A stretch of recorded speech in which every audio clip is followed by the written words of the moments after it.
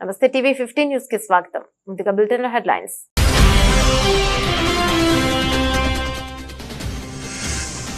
మరికొన్ని గంటల్లో భూమి మీదకు సునీత విల్మోర్. రేపు సాయంత్రం 5:57 ఫ్లోరిడా తీరంలోని సముద్ర జలాల్లో ల్యాండింగ్.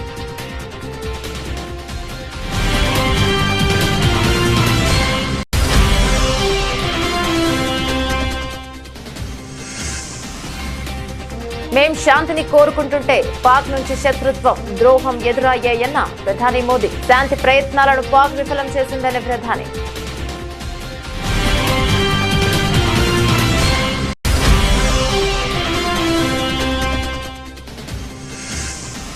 కులం గురించి మాట్లాడితే సహించేది లేదన్న గడ్కరీ. కులం, మతం, భాష ఆధారంగా ఎవరు గొప్పవారు కాలేరన్న కేంద్ర మంత్రి.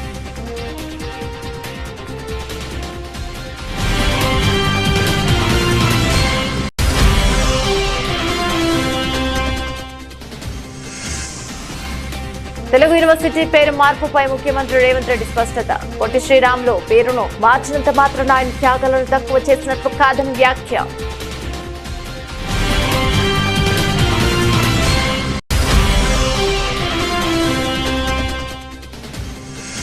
అన్ని వర్సిటీలో ఒకే విధమైన నిర్వహణ సౌలభ్యం కోసం ప్రభుత్వం యూనివర్సిటీలో యూనిఫైడ్ యాక్ట్ తీసుకొస్తున్నాం. అసెంబ్లీలో వెల్లడించిన మంత్రి నారా లోకేష్.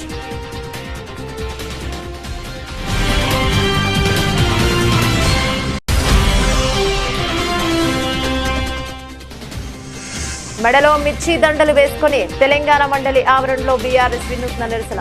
మిర్చి రైతుల సమస్యలు పరిష్కరించాలని, గిట్టుబాటు ధర కల్పించాలని demand.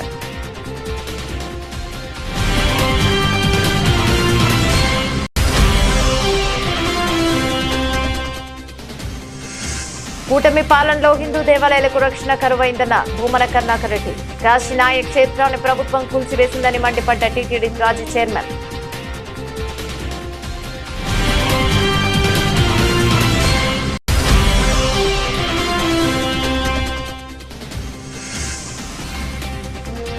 Revanth Reddy failed CM అనిపించుకోవడం ఒక అన్నగా బాధ కలిగించిందని కేఎంపాల్. ప్రజల మీద ధ్యాస ఉంచాలంటూ హితవు.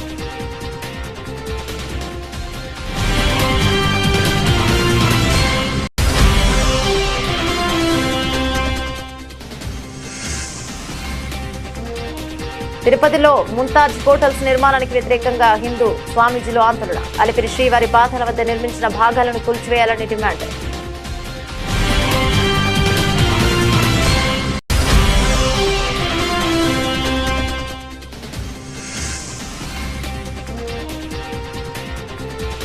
తెలంగాణ అసెంబ్లీ వద్ద ఉద్రిక్తత, బీఆర్ఎస్ కార్యకర్తల అరెస్ట్.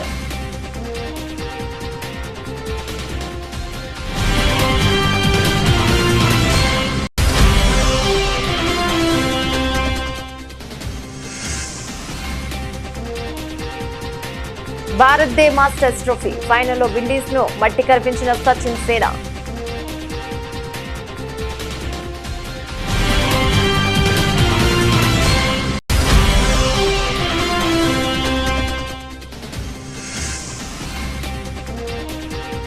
గుడ్ న్యూస్, రెండో రోజు కూడా తగ్గిన బంగారం, వెండి ధరలు.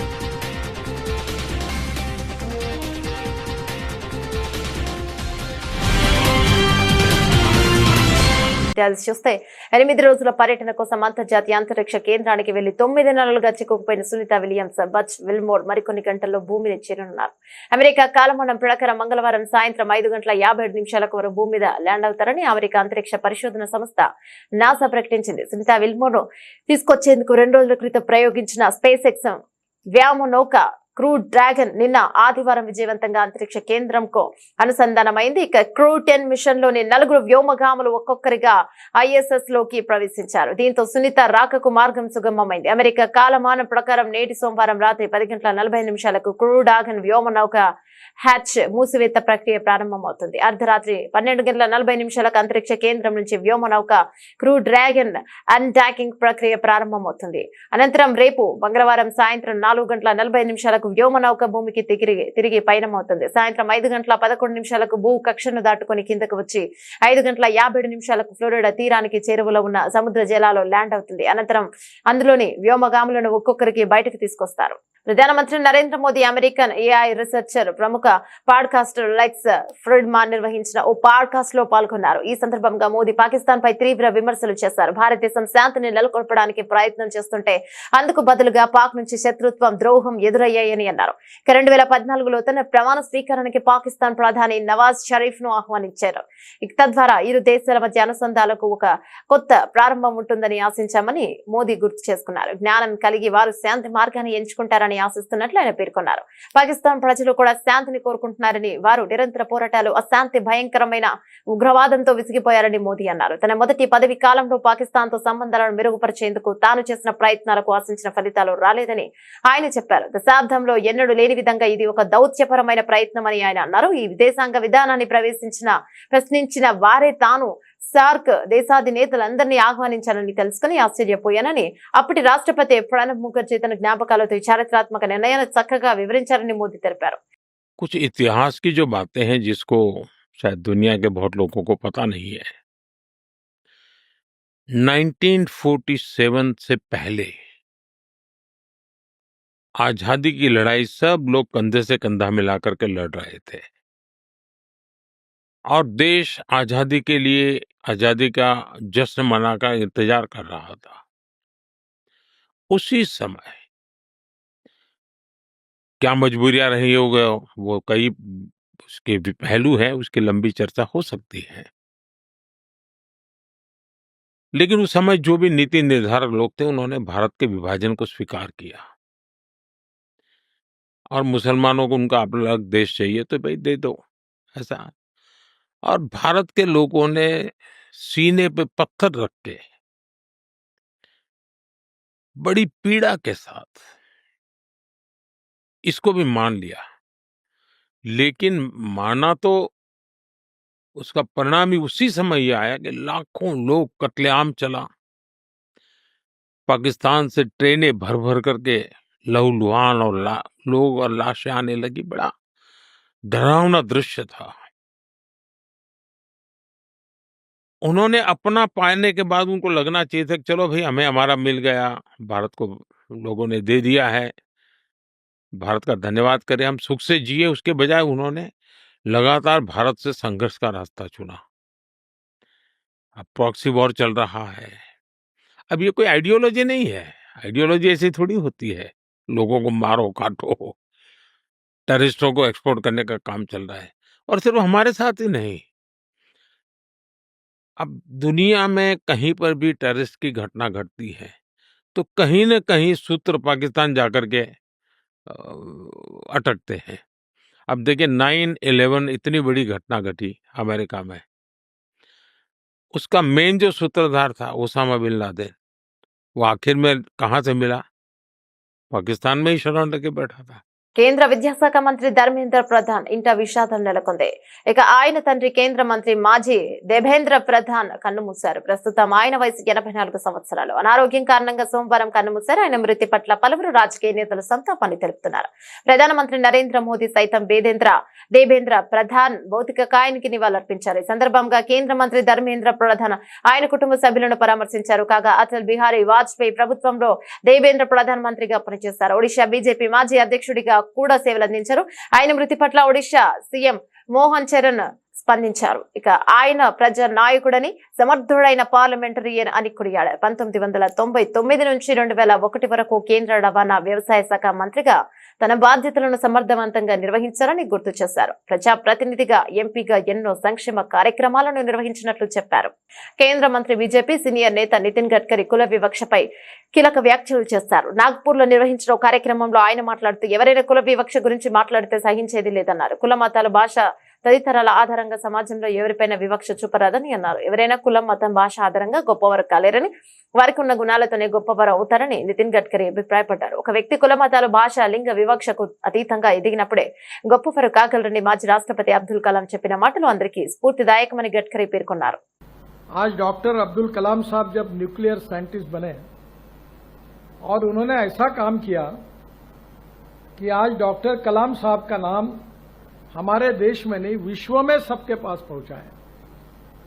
और इसलिए मैं एक बात पर विश्वास रखता हूं कि कोई भी व्यक्ति उसकी जात, पंथ, धर्म, भाषा और सेक्स से बड़ा नहीं होता, उसके गुणों से बड़ा होता है। और इसलिए हम जात, पंथ, धर्म, भाषा और सेक्स के आधार पर किसी को डिस्क्रिमिनेट नहीं करें। मैं तो राजनीति में हूं, यहां तो बहुत बातें चलती है, तो मैंने कहा नहीं, जो मैं मेरे हिसाब से चलूंगा, जिसको देना वोट देगा, नहीं देगा वो नहीं देगा। बहुत जाति वाले लोग मुझे मिलने के लिए आते हैं, तो मैंने उनको सबको मिलकर 50,000 लोगों में कह दिया, जो करेगा जात की बात उसको कस के मारूंगा लात।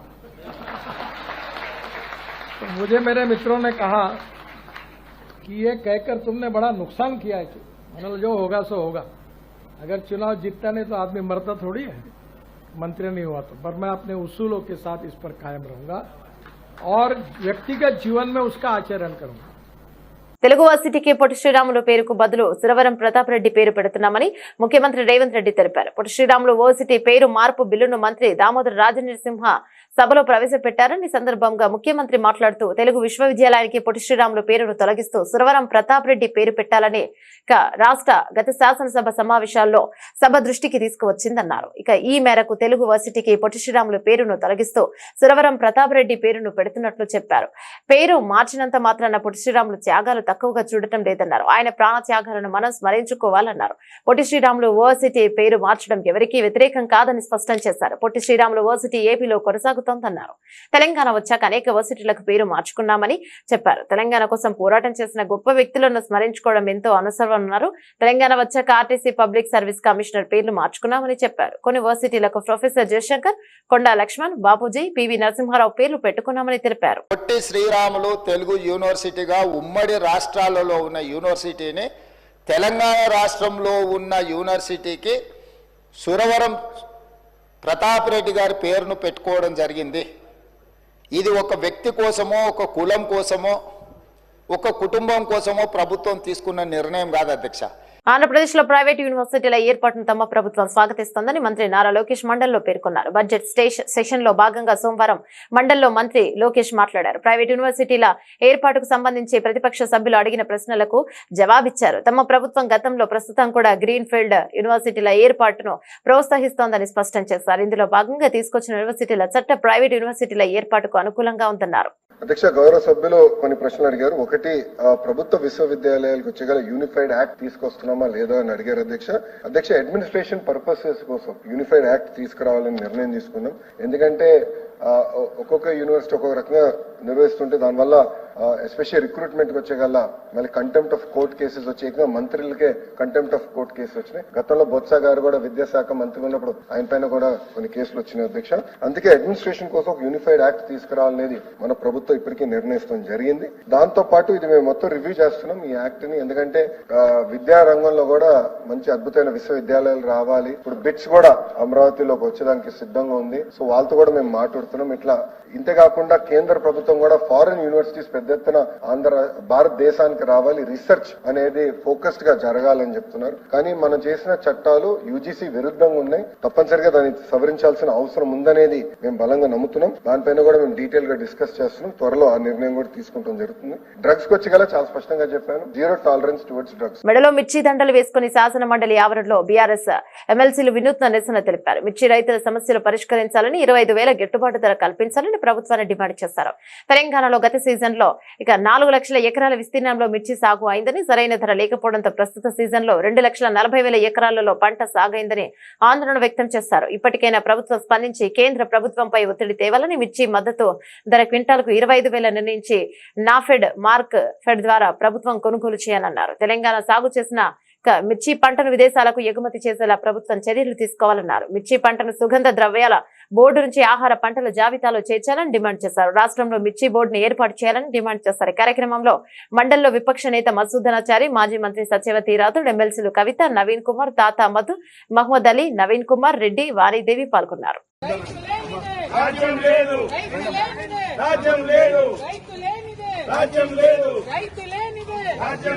మిర్చి రైతులను వెంటనే రైతు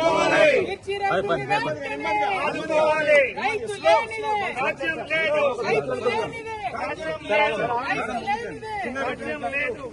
ఏపీలో కూటమి పాలనలో హిందూ దేవాలయాలకు రక్షణ కరువైందని టీటీడీ మాజీ చైర్మన్ వైసీపీ నాయకుడు భూమన కరుణాకర్ రెడ్డి ఆరోపించారు. ఏపీలో కూటమి పాలనలో హిందూ దేవాలయాలకు రక్షణ కరువైందని టీటీడీ మాజీ చైర్మన్ వైసీపీ నాయకుడు భూమన కరుణాకర్ రెడ్డి ఆరోపించారు. ఎంతో ప్రసిద్ధిగాంచిన కాశీనాయ క్షేత్రాన్ని ప్రభుత్వం కూల్చివేసిందని మండిపడ్డారు.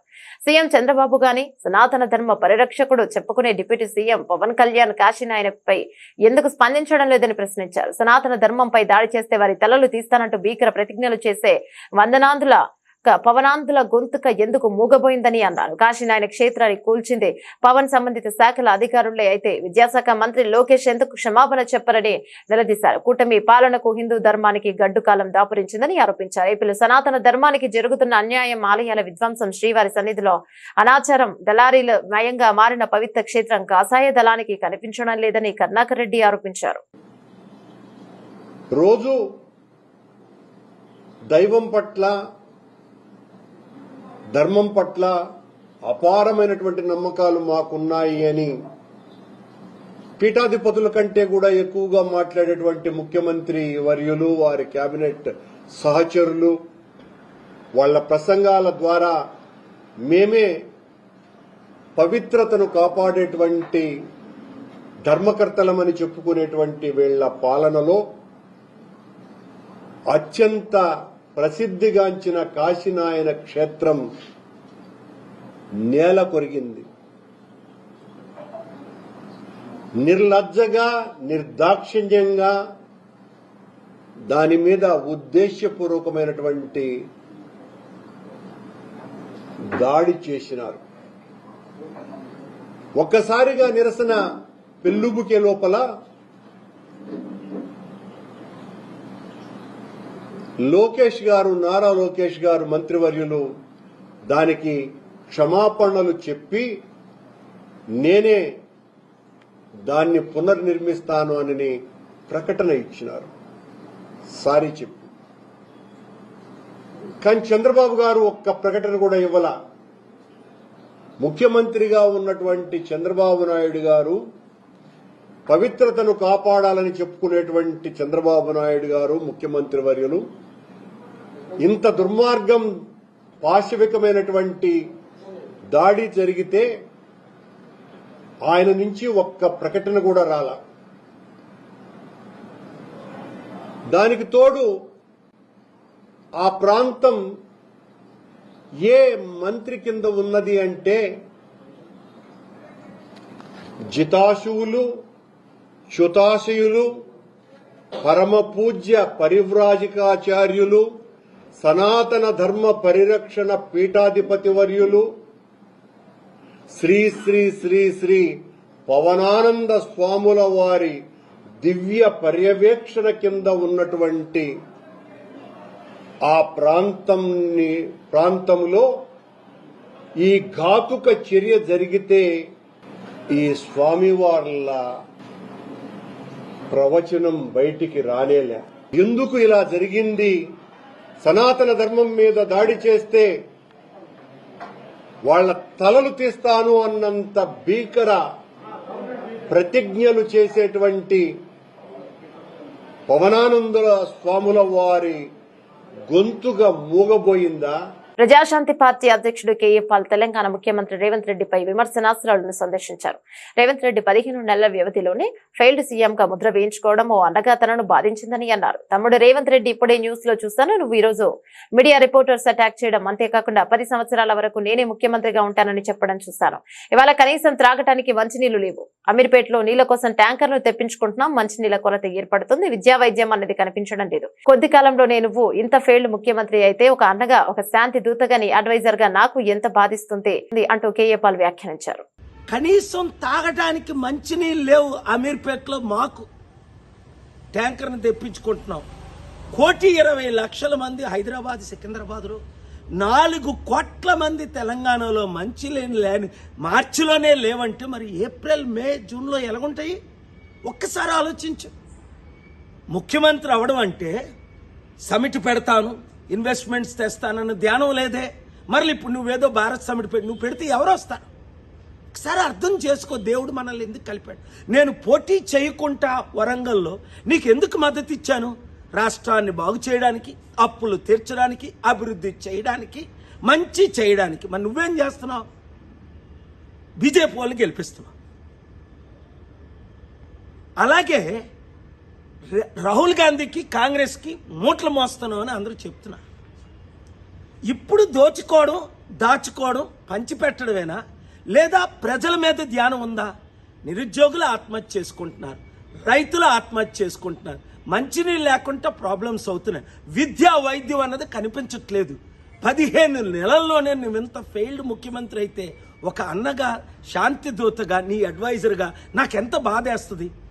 కనుక ఈ వీడియో చేస్తున్నాను. రేవంత్ రెడ్డిని రీచ్ అయినంత వరకు ప్రతి మీడియా వారు, ప్రతి యూట్యూబర్స్ దీన్ని షేర్ చేయండి. రాష్ట్రాన్ని కాపాడుకుందాం, దేశాన్ని రక్షించుకుందాం. తిరుపతిలో ముంతాజ్ హోటల్స్ నిర్మాణానికి వ్యతిరేకంగా హిందూ స్వామీజీలు ఆందోళన చేపట్టారు. అలిపిరి శ్రీవారి పాదాల వద్ద ముంతాజ్ హోటల్ నిర్మాణానికి స్థల కేటాయింపులను రద్దు చేయాలని ప్రభుత్వాన్ని డిమాండ్ చేశారు. ఇప్పటికే నిర్మించిన భాగాలను కూల్చివేయాలని స్వామీజీలు డిమాండ్ చేశారు.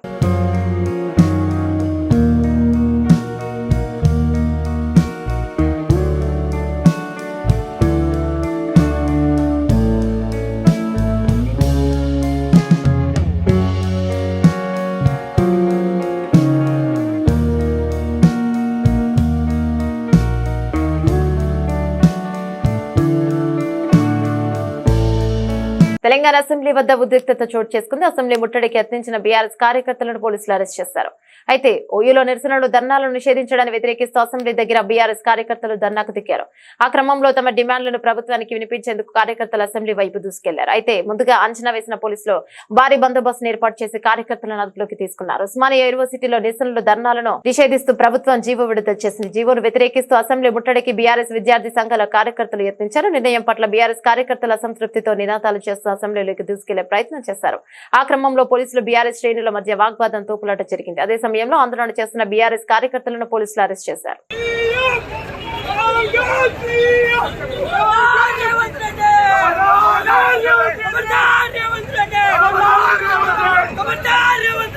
పేదింటి ఆడబిడ్డల వివాహానికి కళ్యాణమస్తు స్కీమ్ కింద తులం బంగారం ఇస్తామన్న హామీని రేవంత్ రెడ్డి సర్కార్ నిలుపుకోలేకపోయిందని బీఆర్ఎస్ ఎమ్మెల్సీ కవిత ధ్వజమెత్తారు.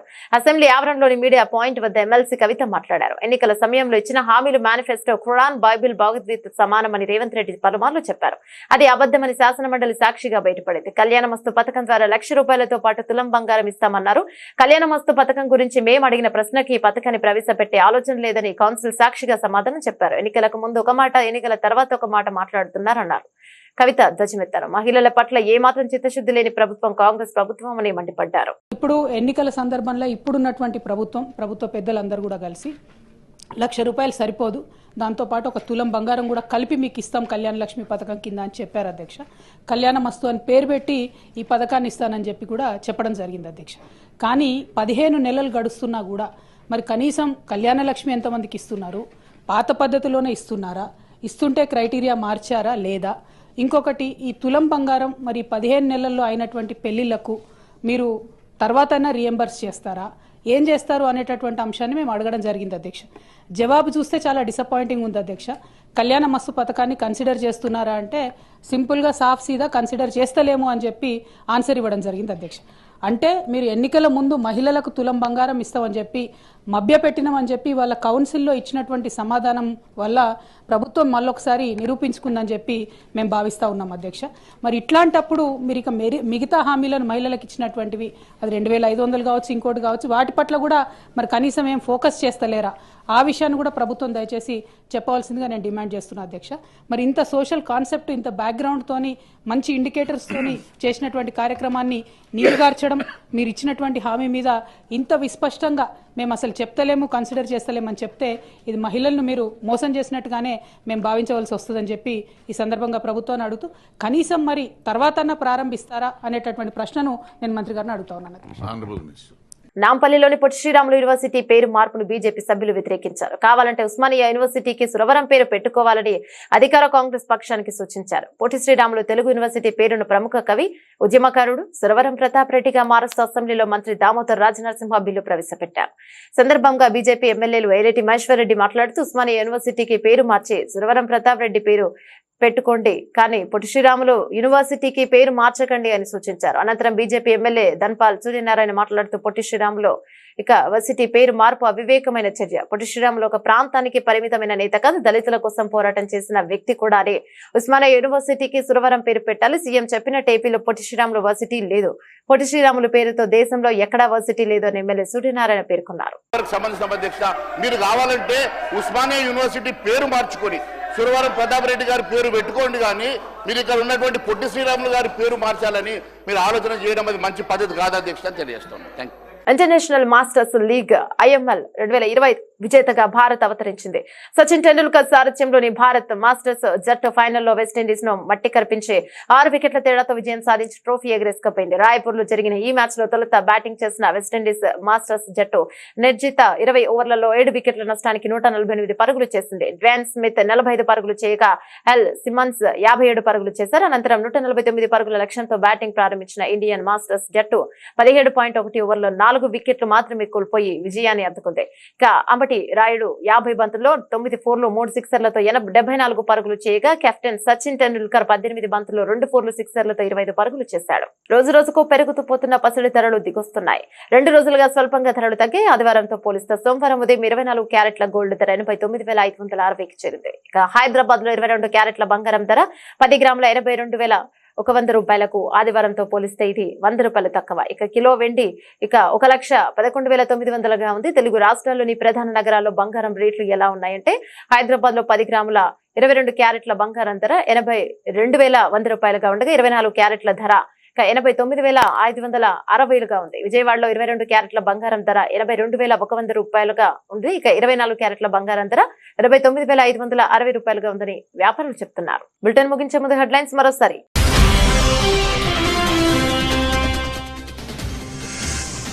మరికొన్ని గంటల్లో భూమి మీదకు సునీత విల్మోర్. రేపు సాయంత్రం 5:57 ఫ్లోరిడా తీరంలోని సముద్ర జలాల్లో ల్యాండింగ్.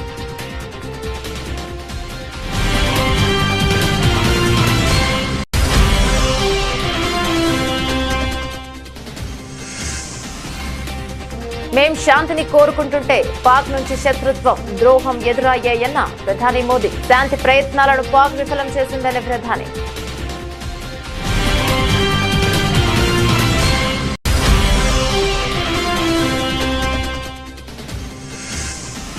కులం గురించి మాట్లాడితే సహించేది లేదన్న గడ్కరీ. కులం, మతం, భాష ఆధారంగా ఎవరు గొప్పవారు కాలేరన్న కేంద్ర మంత్రి.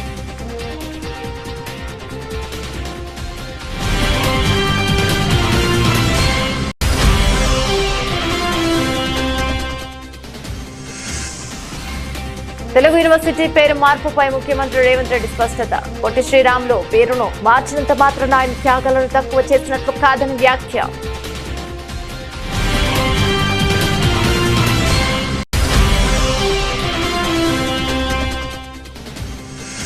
అన్ని వర్సిటీలో ఒకే విధమైన నిర్వహణ సౌలభ్యం కోసం ప్రభుత్వం యూనివర్సిటీలో యూనిఫైడ్ యాక్ట్ తీసుకొస్తున్నాం. అసెంబ్లీలో వెల్లడించిన మంత్రి నారా లోకేష్.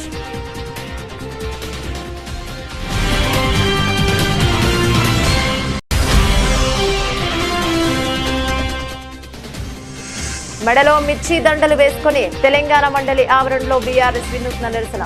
మిర్చి రైతుల సమస్యలు పరిష్కరించాలని, గిట్టుబాటు ధర కల్పించాలని demand.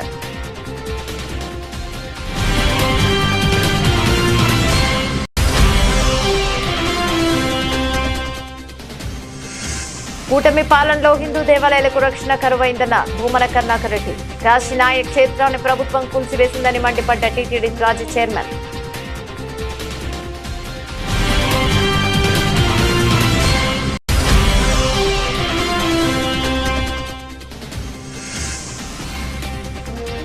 Revanth Reddy failed CM అనిపించుకోవడం ఒక అన్నగా బాధ కలిగించిందని కేఏపాల్. ప్రజల మీద ధ్యాస ఉంచాలంటూ హితవు.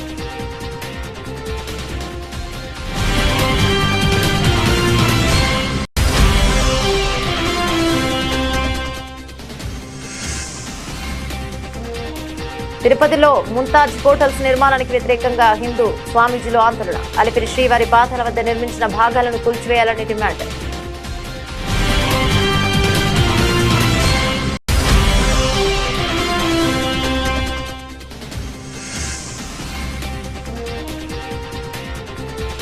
తెలంగాణ అసెంబ్లీ వద్ద ఉద్రిక్తత. బీఆర్ఎస్ కార్యకర్తల అరెస్ట్.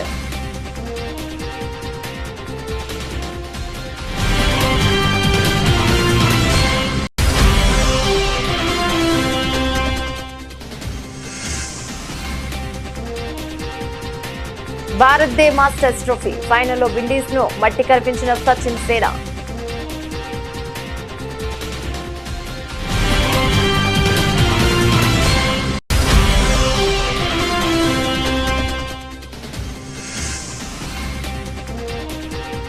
గుడ్ న్యూస్, రెండో రోజు కూడా తగ్గిన బంగారం వెండి ధరలు.